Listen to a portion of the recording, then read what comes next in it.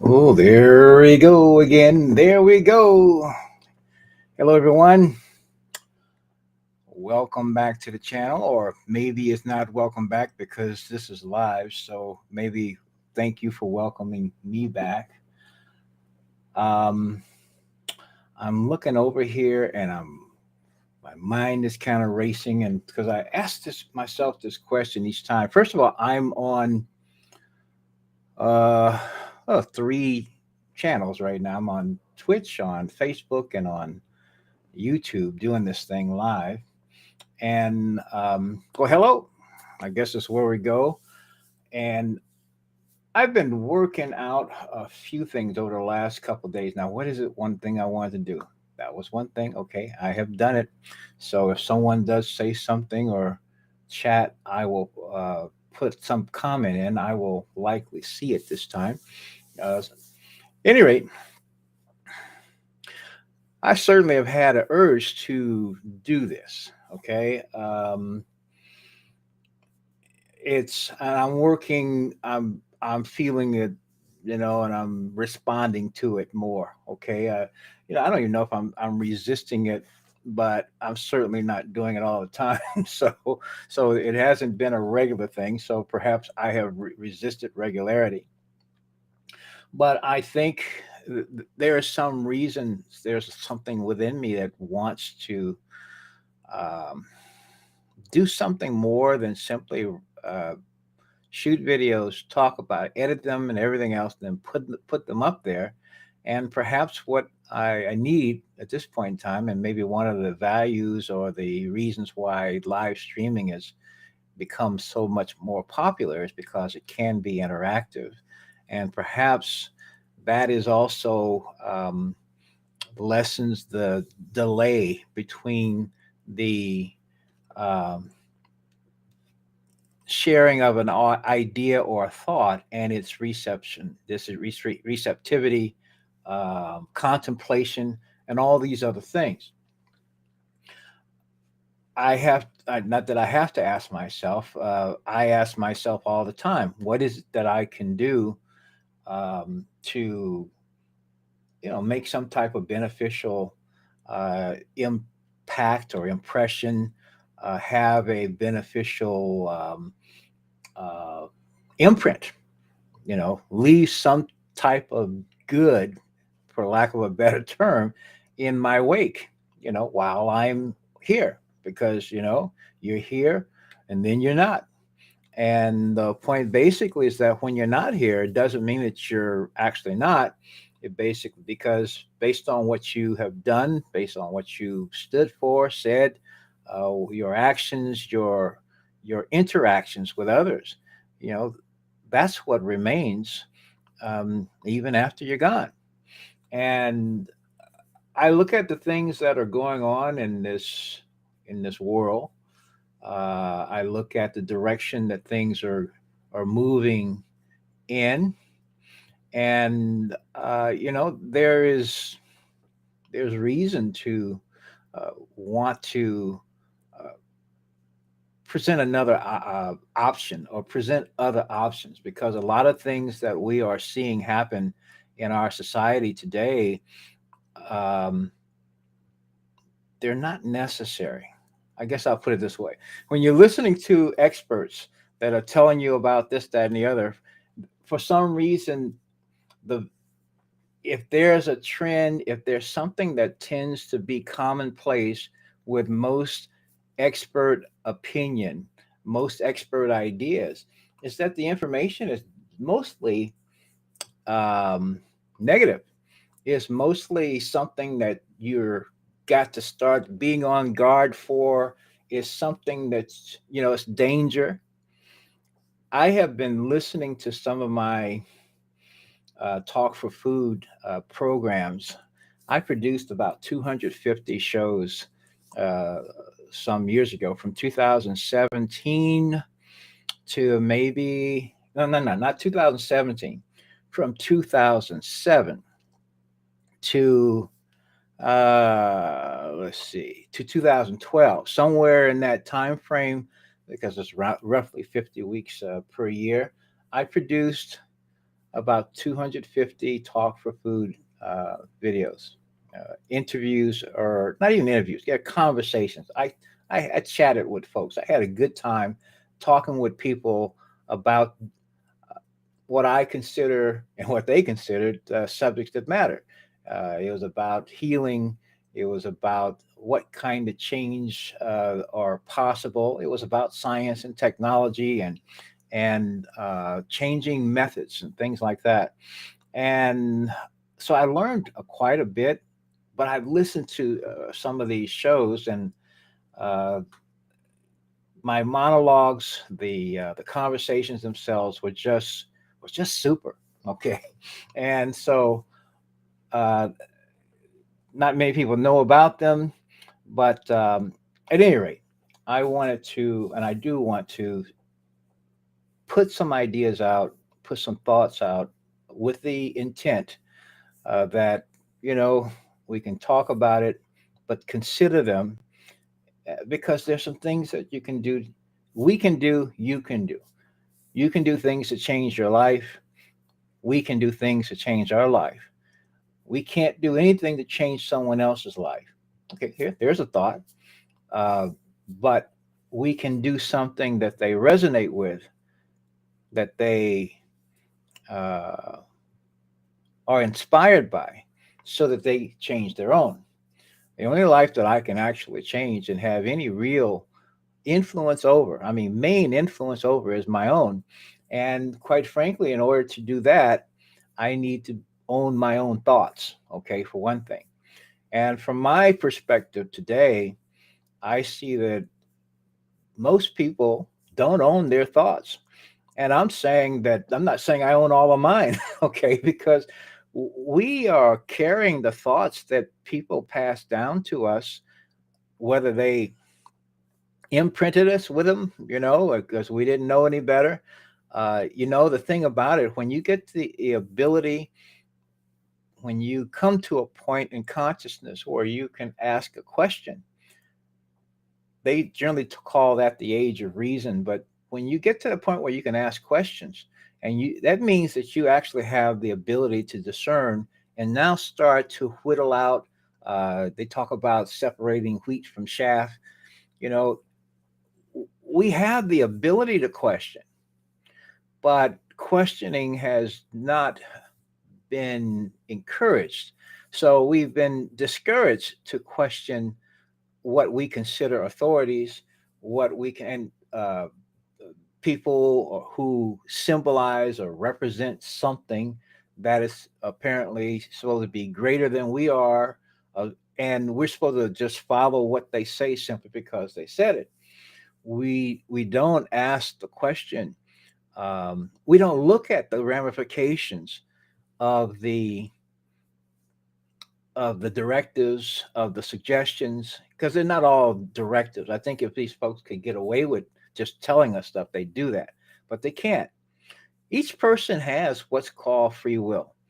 You have the ability to make choices, and that's because you have the ability to discern. We do have the ability to question, we have the ability to analyze, we have the ability to determine whether what is being presented to us qualifies as what would be referred to as true.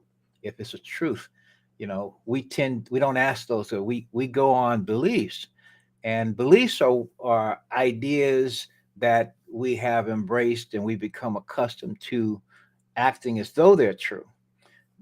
But we oftentimes don't question, even at some point in time when it seems as though a question is appropriate. And often we don't do that.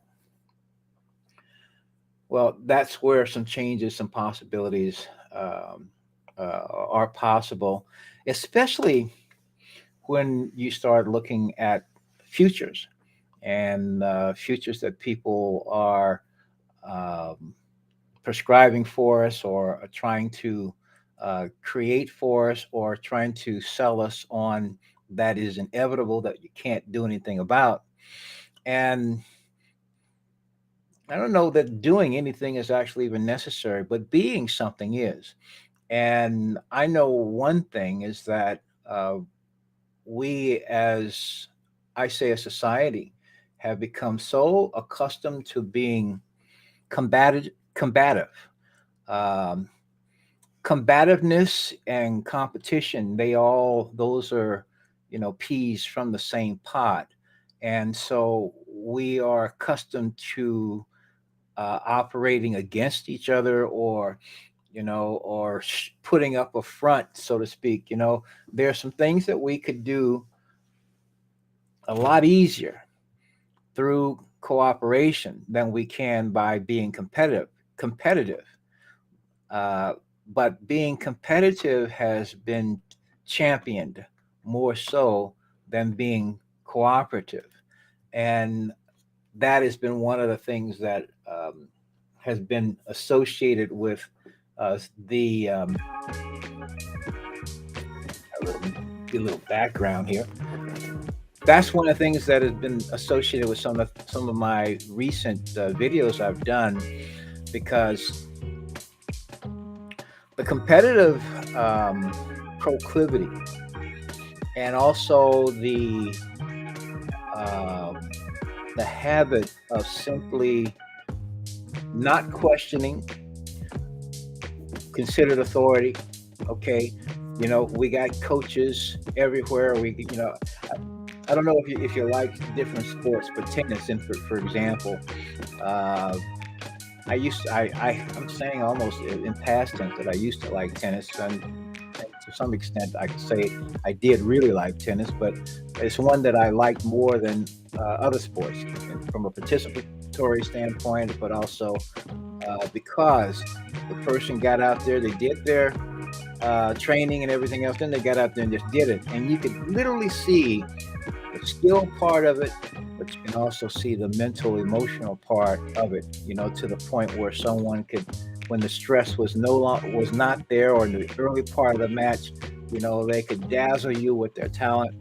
But when it really got down to winning either a game, or winning a set, or winning a match, then you start seeing where the actual poise was.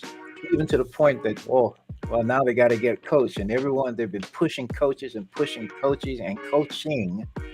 And what does that do? It actually takes focus away from the the player, and it gives the player someone or someplace else to direct their attention. And well, and it's an authority. Okay, you know, no one's going to win that game for that person or lose it for that person but that person. And the objective of life is about internalizing and working those factors out within oneself, not necessarily from, yeah, get someone that'll help you along, but ultimately it's about you doing the thing, whatever that thing is, and you learning to excel. Well, we have the same type of situation with this matter of uh, wealth, of yeah, wealth. Let us say that. I'll talk about wealth because it is also part of a mindset. Everything is a mindset, and wealth is one of them. I have been talking about this platform called Co-op Crowd, uh, a a fundraising platform, and maybe fundraising, a fund creating, a value creating platform that is not based on a competitive model or principle, but more so is based on a cooperative model. I mean, it's part of its name, but it's part of its name because that is how it works. You make it happen for you by cooperating with others who are making it happen for themselves. And in all the conversations I've heard people talk about in the course of time, as far as people who have a vision of a future, and I'm talking about people who have, let's say, the type of future that we're wanting to happen. I mean, presuming that you prefer to have peacefulness, presuming that you prefer to have uh, some measure of of amiability between people. I mean, you could be like uh, different places where you got you know this group's got a wall, this place got a wall, and then you get out and you share the streets and stuff like that, and then get back into your walled communities. If that's the world you uh, like, or if you're indifferent to that, yeah, you can have that. But when you have a high level of, I want to say, self, um, gosh, what would be the word? Acceptance. When you have a self value, when you have, and this is almost like a blasphemous term to talk about self value. And yet, if you don't talk about, which we have not done, we we don't nurture a value of the individual. We have this idea of collectivism where some collective is supposed to do all the deciding and stuff by some level, some fiat. But ultimately, you need to have that is a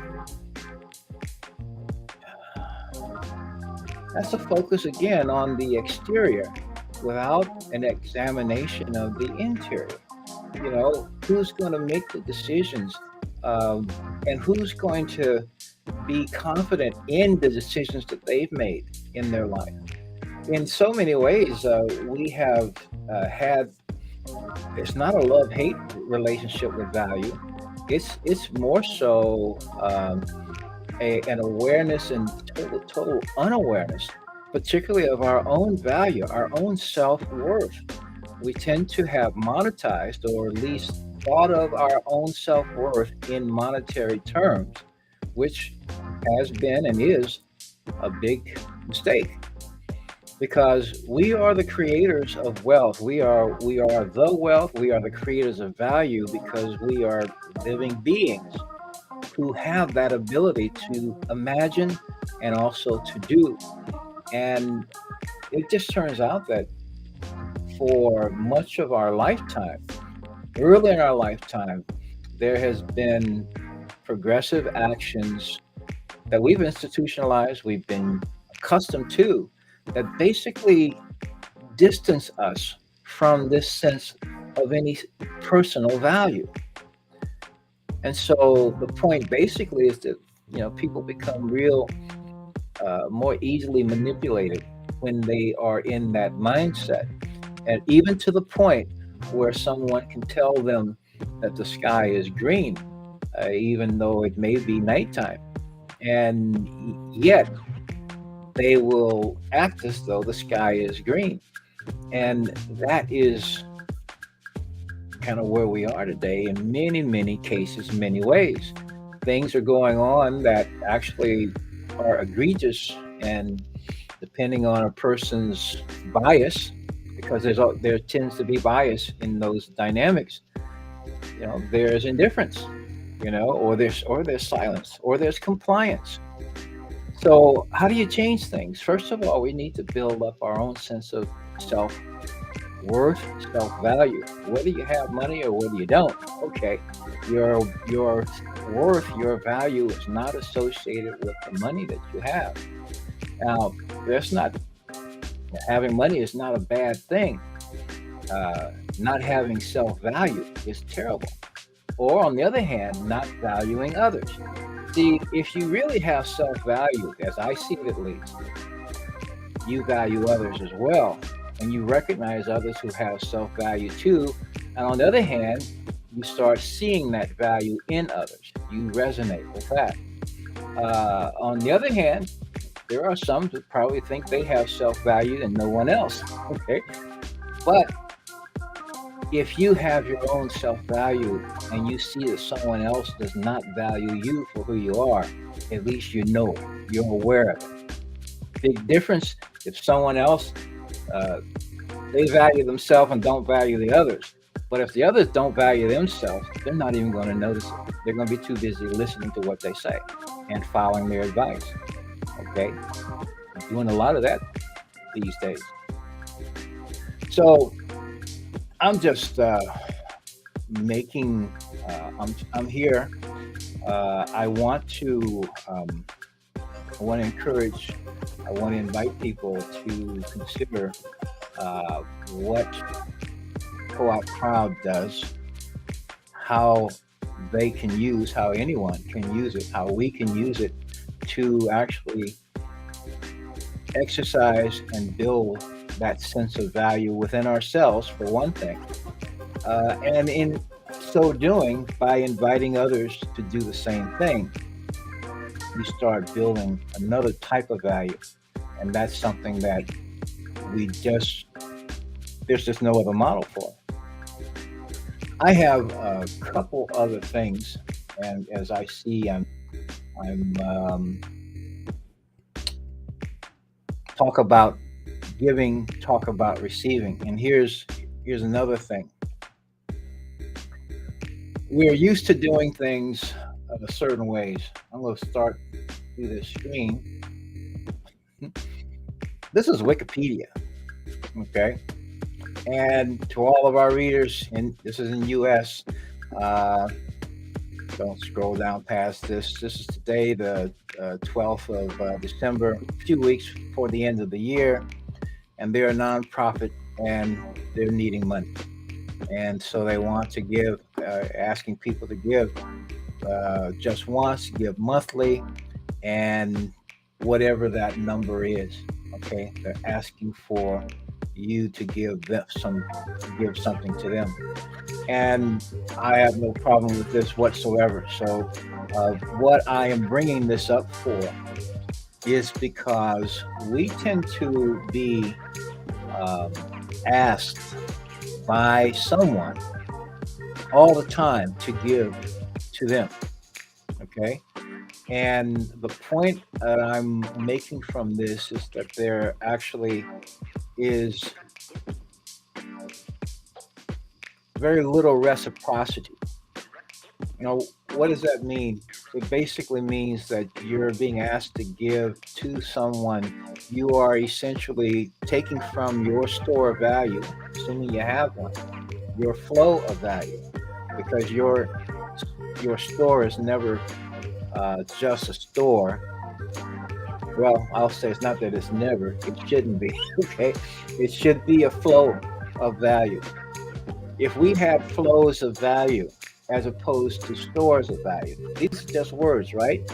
But the words we use mean different things. When you think in terms of a store of value, it means your bag, it means your amount, it means your stash. It's sitting around that you can pull in and pull from time to time. But that is not really what we need. We need, and we actually have a flow. We live off, we create flows of value where we are receiving on some kind of amount over some periodicity. That's another word I like.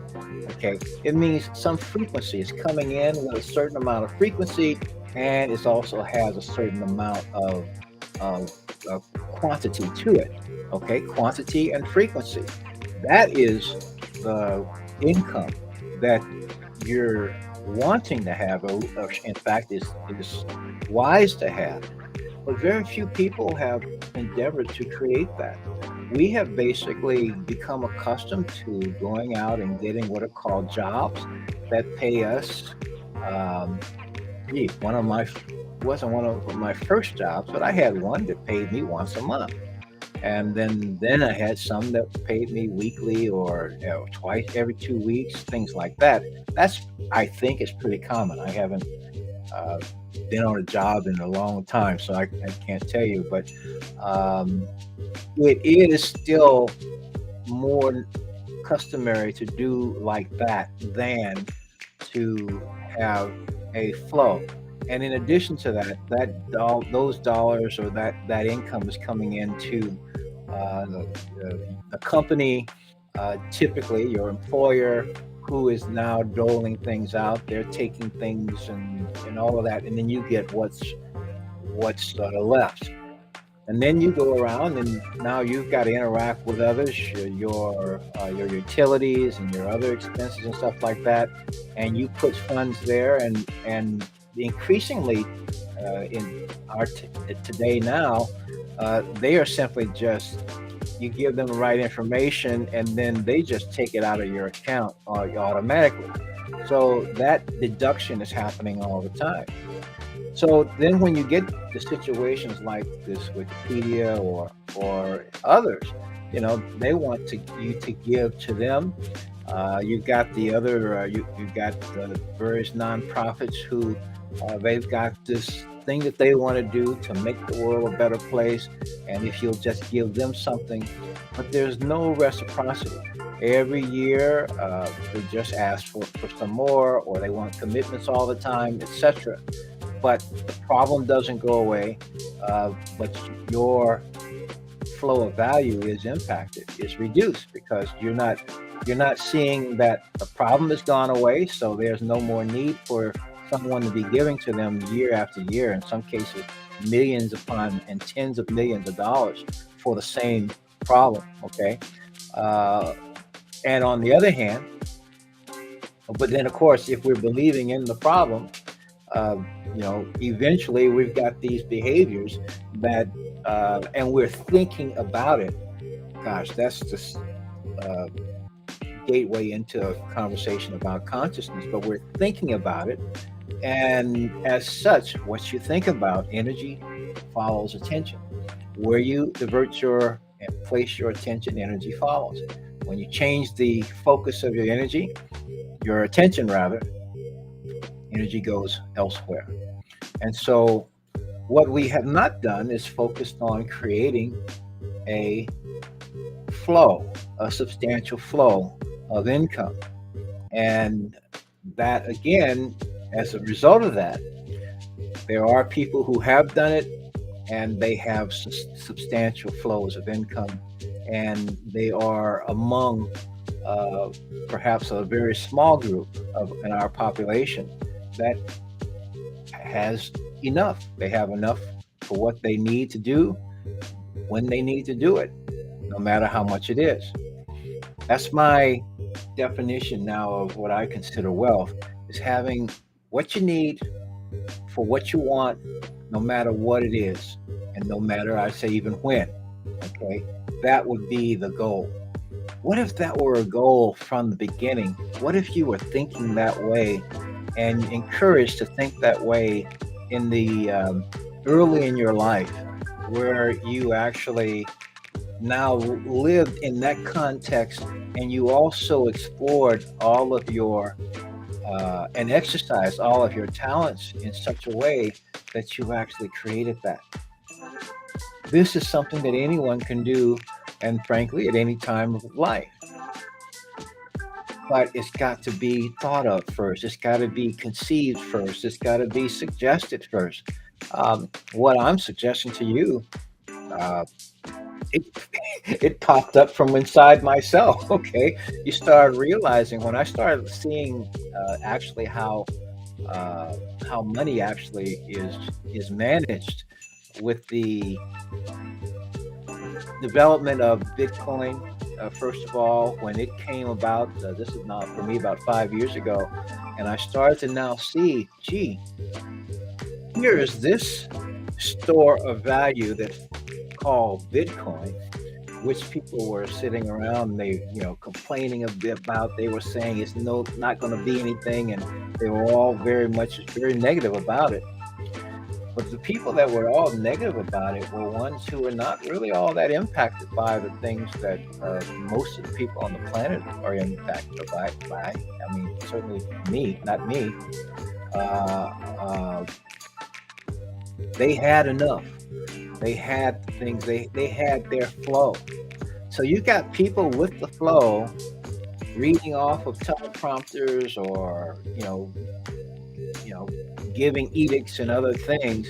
They've got a sufficient flow of themselves for themselves, but they're telling what the rest of the world, who may not have been in the habit of creating such a flow, and they have, frankly, audacity to tell or suggest what everyone else ought to be doing or ought to have. People who don't know you trying to make um, agendas for your best interest, but they don't know you at all. So the point is, I can't totally put any uh, responsibility on them for doing that. But there's certainly responsibility on the people who accept those suggestions um, without looking at something else and creating or seeking to do something on their own. So that is what Co-op Crowd, one of the things that it allows you to do is you can actually create a flow, a substantial flow of income yourself, substantial and frequent. Okay. And the thing is, because it works on the principle of a cooperative, it does not require much in the way of input in terms of money. It requires an amount, but everything requires something. There's nothing free per se. The issue is, what do you do with your energy and how much is necessary? In the case of Co-op Crowd, everyone is using, relatively speaking, a same amount. There is uh, a good way, and there's even a great way for a few dollars more. Okay, but it doesn't matter who you, or what you are. Everyone uses that. In typical investing type scenarios, the ones who's got more to play with, they've got more to gain, as well as more to lose. But in terms of quantity, that's one thing. The significance of a loss for someone who doesn't have much can be a lot more significant than to someone who has a whole bunch. The one who has a much, they probably won't make that much difference, but nonetheless, it's very unique from one person to the next. Co-op Crowd basically has one standard for every member. As such, a small amount put in with some actions that you do, which are basically inviting three more to come in and do the same thing. This is the cooperative part, and make the connections between them. You build a way for you to receive way beyond what has been normal and customary, and that's really a good thing. A co-op wallet is something else that is increasingly important in this day and age.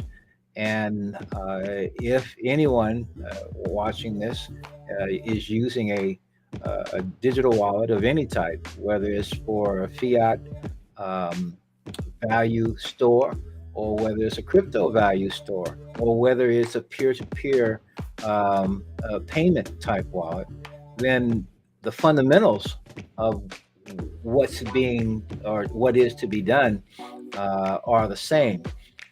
Having a co-op crowd co-op wallet, as it's called, is really kind of fundamental too, in terms of its value, to allow you and be a way for you to be receiving far beyond what you are putting in. But on the other hand, you are actually putting in, and you're putting in and re-putting in.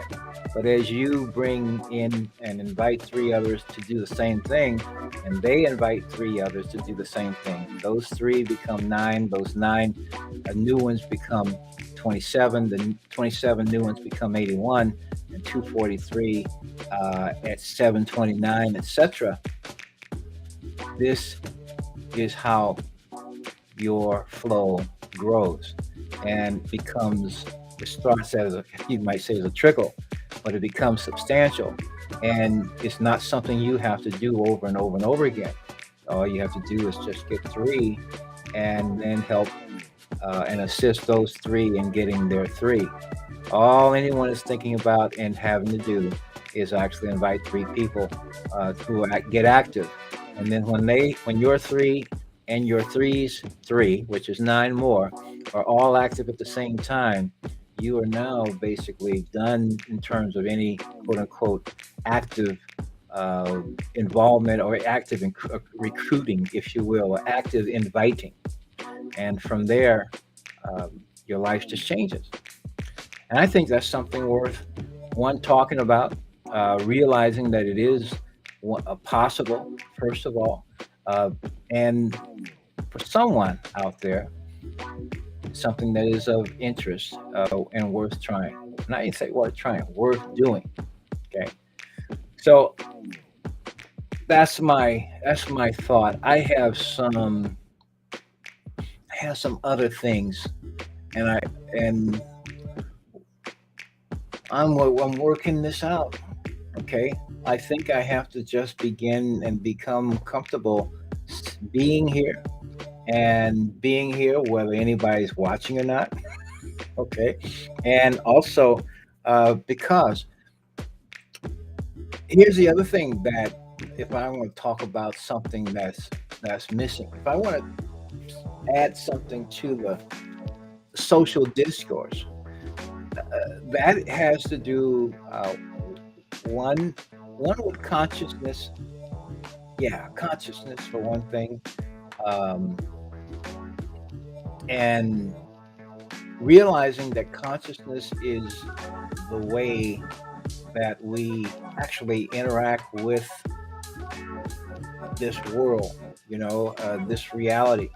Um, a friend of mine was talking, oh my gosh, trying to say where, I can't remember what it was. I don't know. It might have been a video that I was watching, but it was pointing out that, where is consciousness?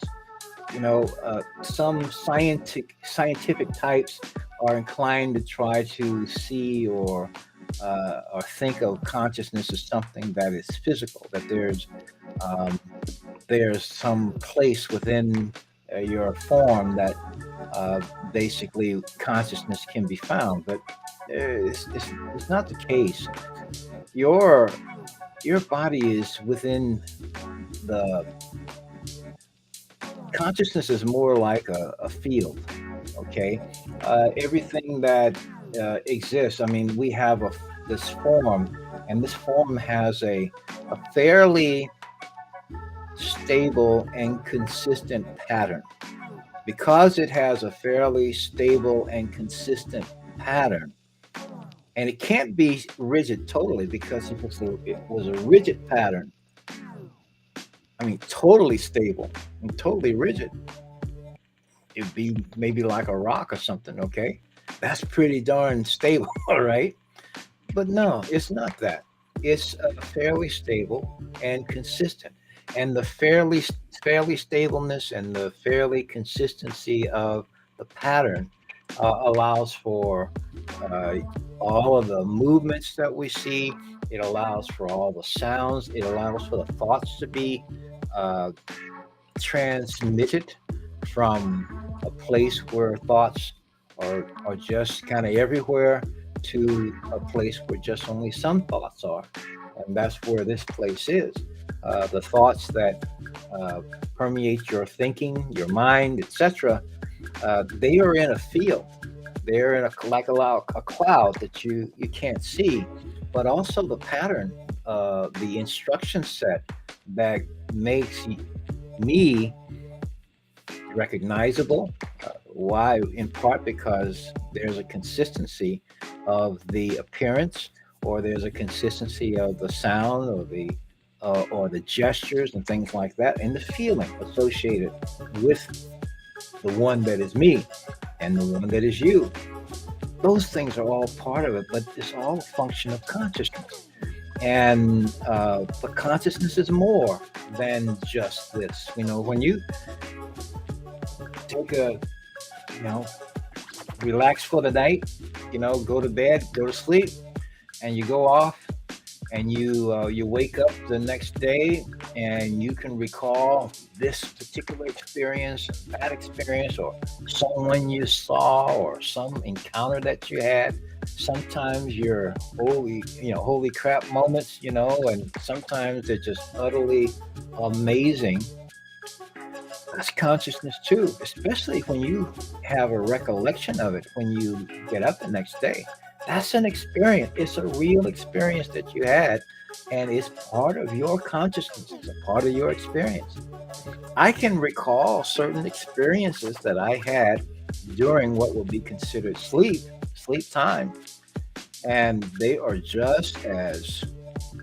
made just as an impression, just as a real impression upon me and on my thinking as any other experience I've ever had physically. In fact, some of those experiences during those times have made even more impressions because they have actually helped me answer different questions of myself in this life.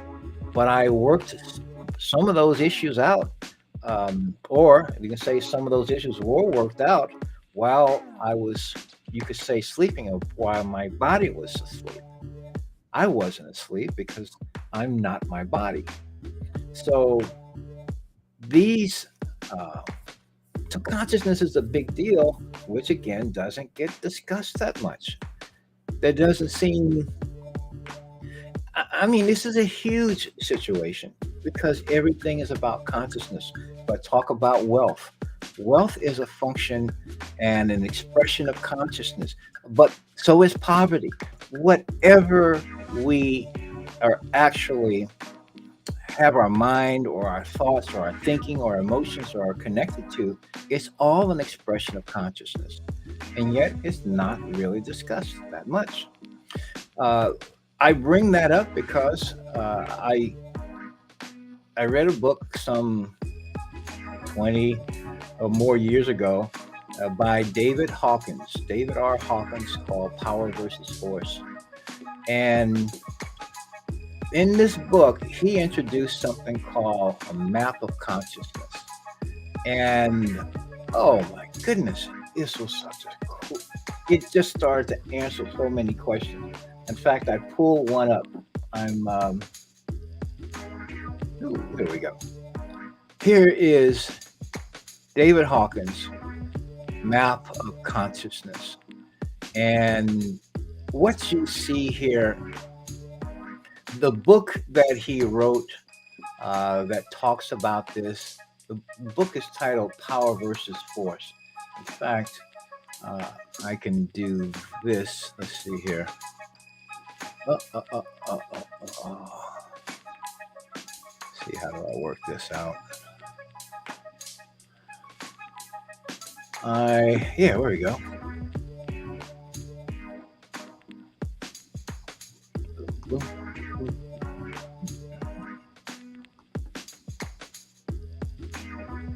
So this is the book called Power versus Force: The Hidden Determinants of Human Behavior.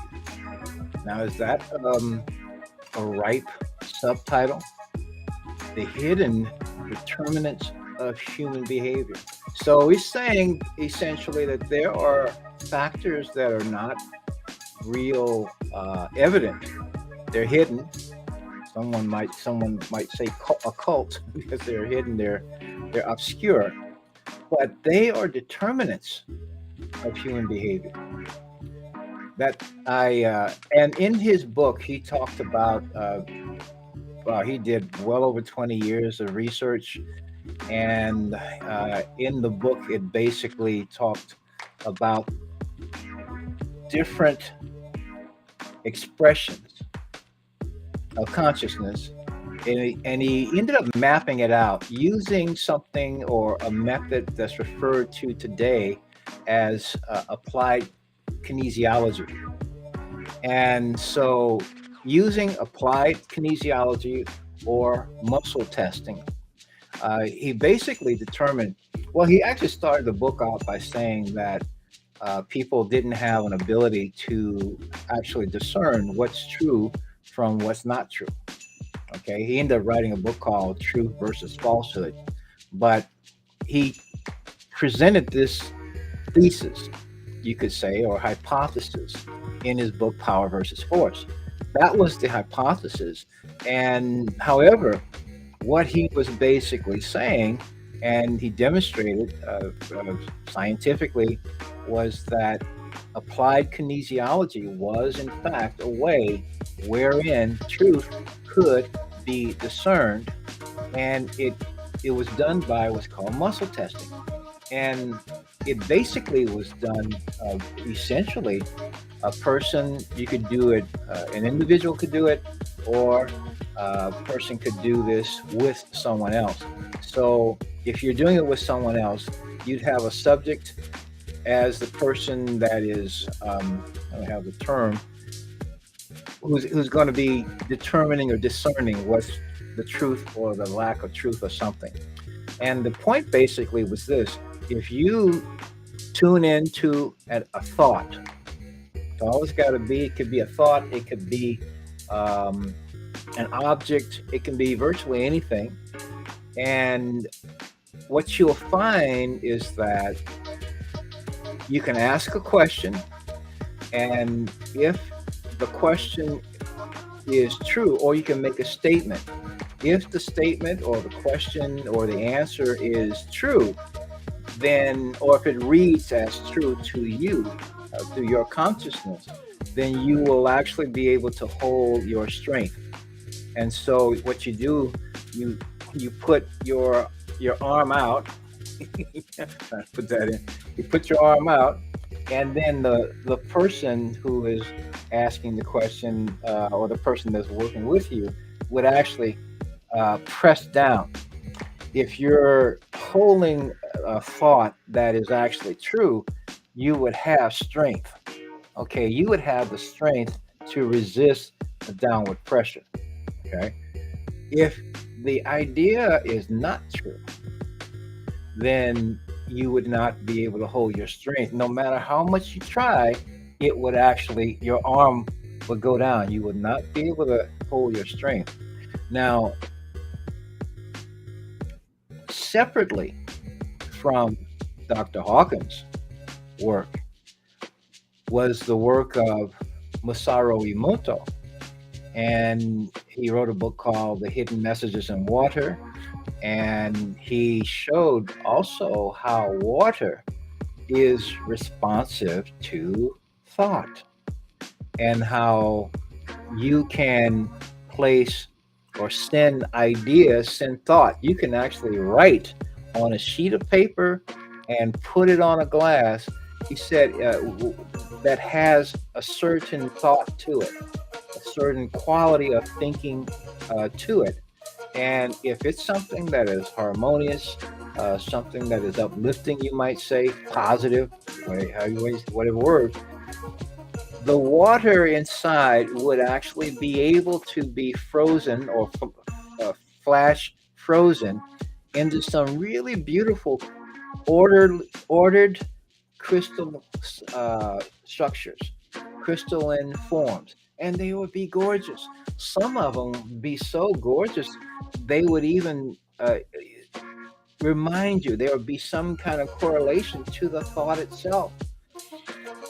On the other hand, if you wrote something down or thought something down that was negative, that was um, destructive in nature, etc., the water would not actually be able to make that form.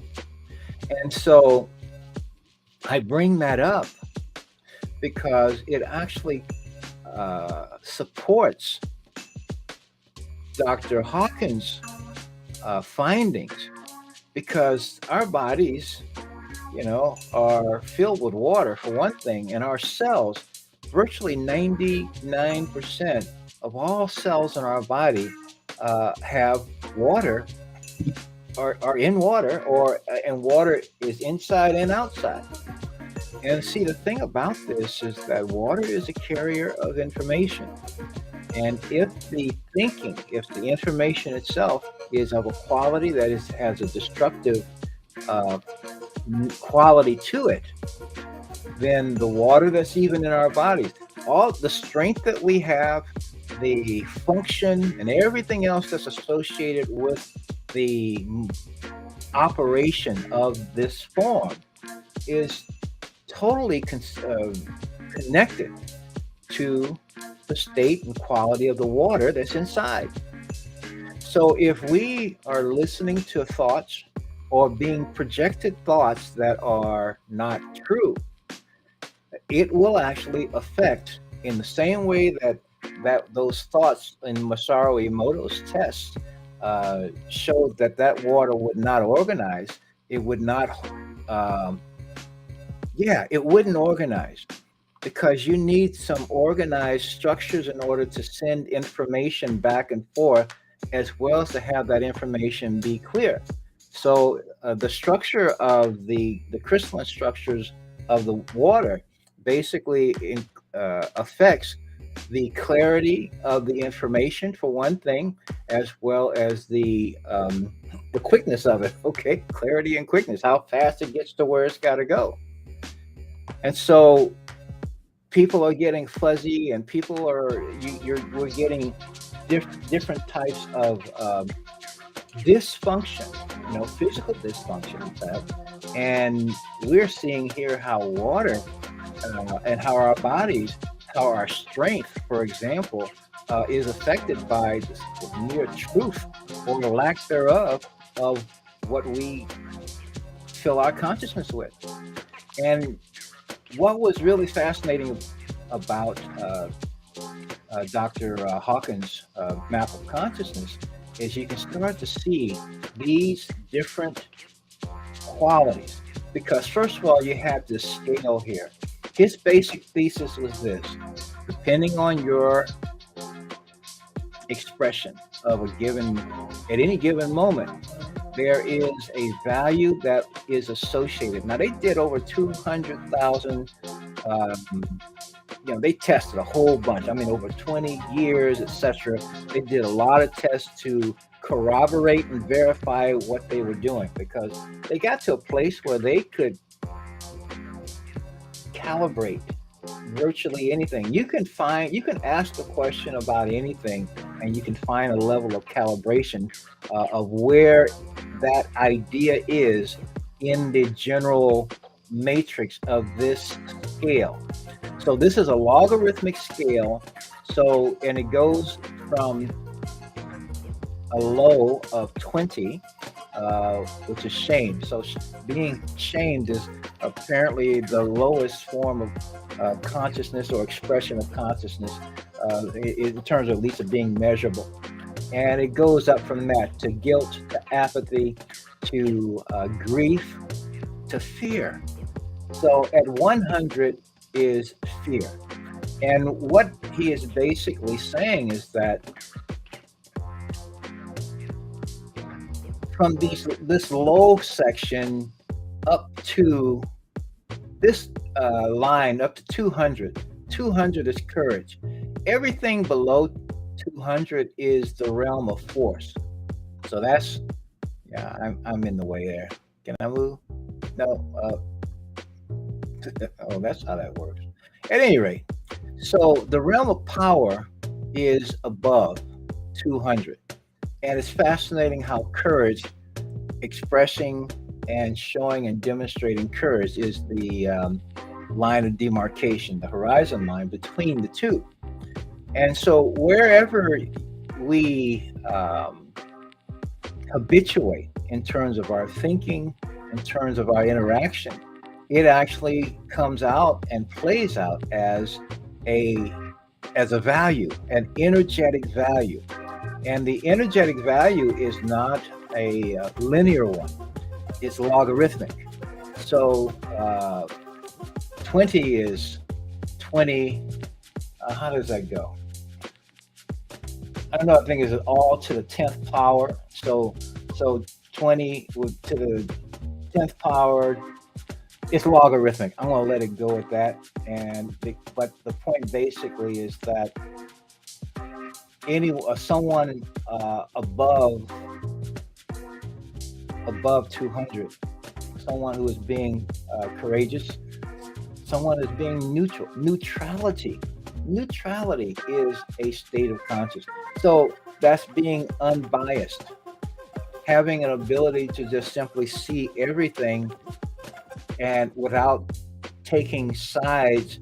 In fact, even that's just even a willingness to see everything without judging. Sometimes we need to take information in and see the whole situation before we start deciding which side is better or not. And again, here in our society, we're typically being shown one part of a situation, and it's the situation that someone wants everyone to see, and there's another part that they don't want anyone to see. And so when you got that happening, you're down in the area of force. They're trying to make things happen. And then you're also seeing when people are doing that, what are you seeing? You're seeing fear and anxiety, people being frightened. You're seeing here with the uh, talking about the recent situation in the crypto space, you're seeing disappointedness. You got a whole bunch of anger. These are all, you got a whole bunch of blaming happening. Okay, uh, despair, depending on who the person was, etc. But this is all low consciousness. This is all force.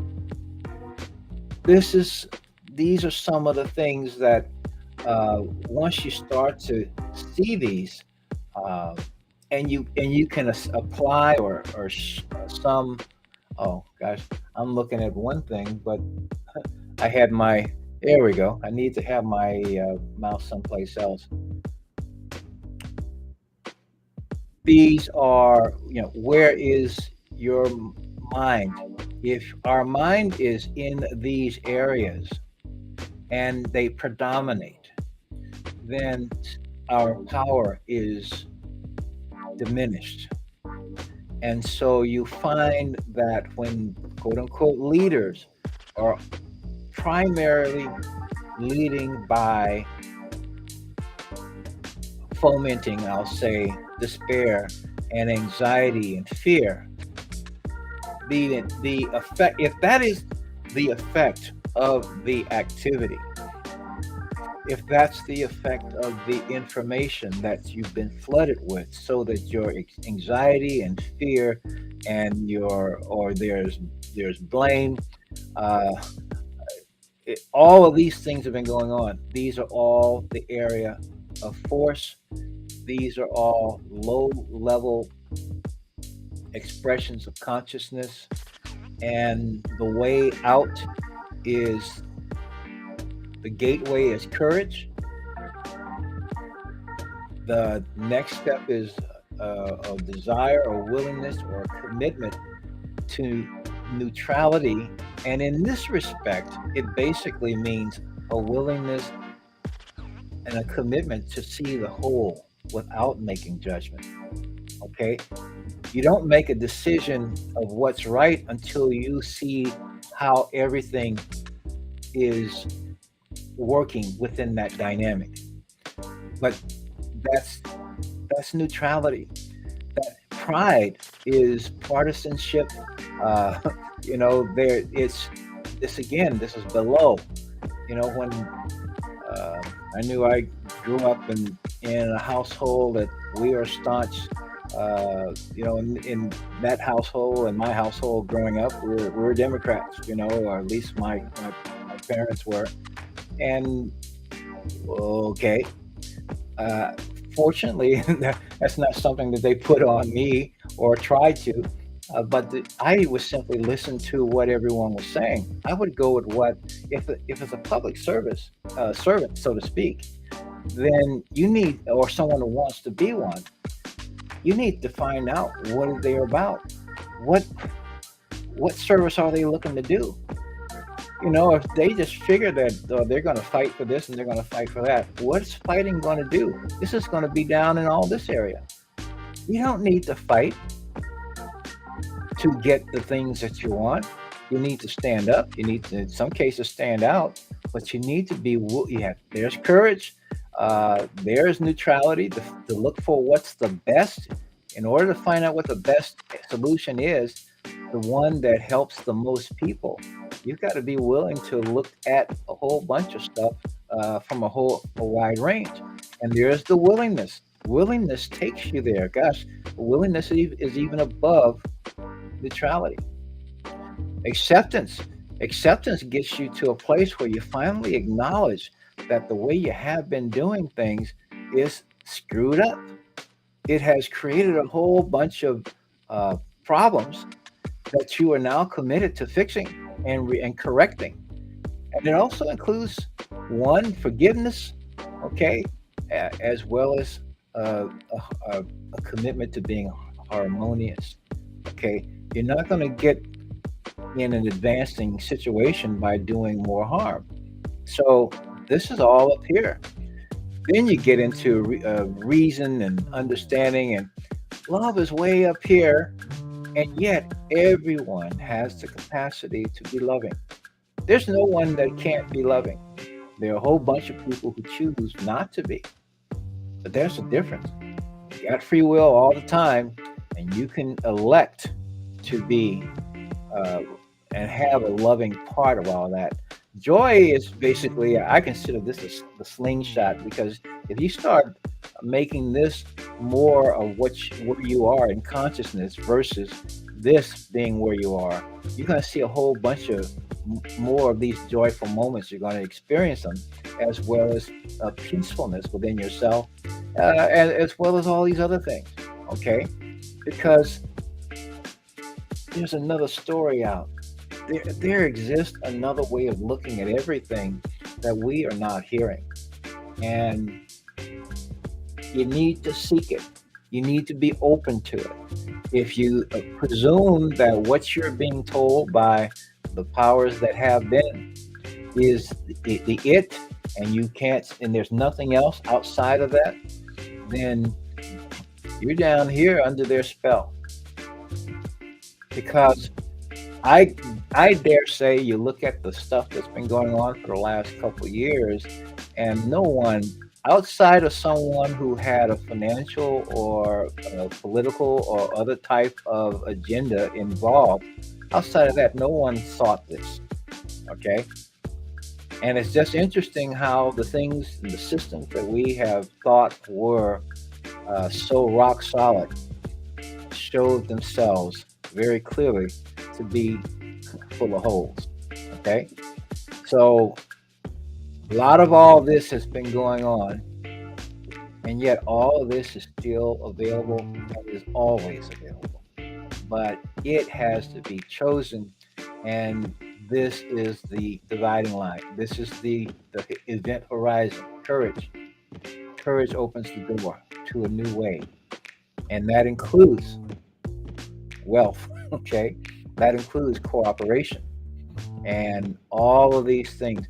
This is what I love about Co-op Crowd, is that these are the attributes that will actually get you the other part that you want. You'll benefit whether you make a dollar or not, if and as you do and spend more time consciously in this space and exercising this way of seeing and a way of visioning and a way of creating your life experience, your now, your here and now. But that is kind of where we are. So I think I have sat in here long enough. Done here for about an hour. I'm going to thank you. Yeah, I'm still looking. I'm clicking on buttons and things like that. But I want to thank you for listening, watching. Whenever you come across this, if you come across this, if you are interested in the co-op crowd journey, um, please contact me. I will put some contacts information in the description below. And till next time, I'm going to sign off here. I'll probably come back on here again tomorrow. I'm going to start doing this because this is an opportunity for everyone to change their life significantly in a really beneficial, profound way. And no one can make such a profound effect on your life than you can when you are positive, when you are the leader in your own, you could say, I'm going to say the word salvation. Okay. Now, you may not see that as being necessary, but if you see a reason to change the way things are, then that's the way to do it. It comes from inside. Okay. At any rate, thank you for watching. Thank you for taking a peek. And till next time, peace. Be well, be prosperous. And I love you all.